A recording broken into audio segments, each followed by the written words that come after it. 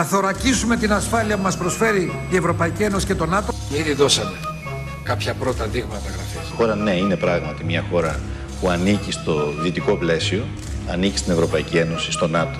Αυτό δεν αμφισβητείται. Η πολιτική τους σκορπά τη φτώχεια και την εξαθλίωση. Ο λαός με τους αγώνες του στο προσκήνιο.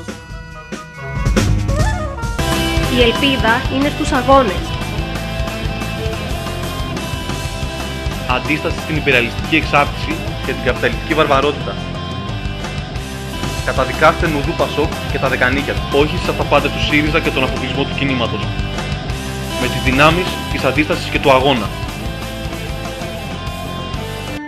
Έξω από ΝΑΤΟ, Δουνουτού.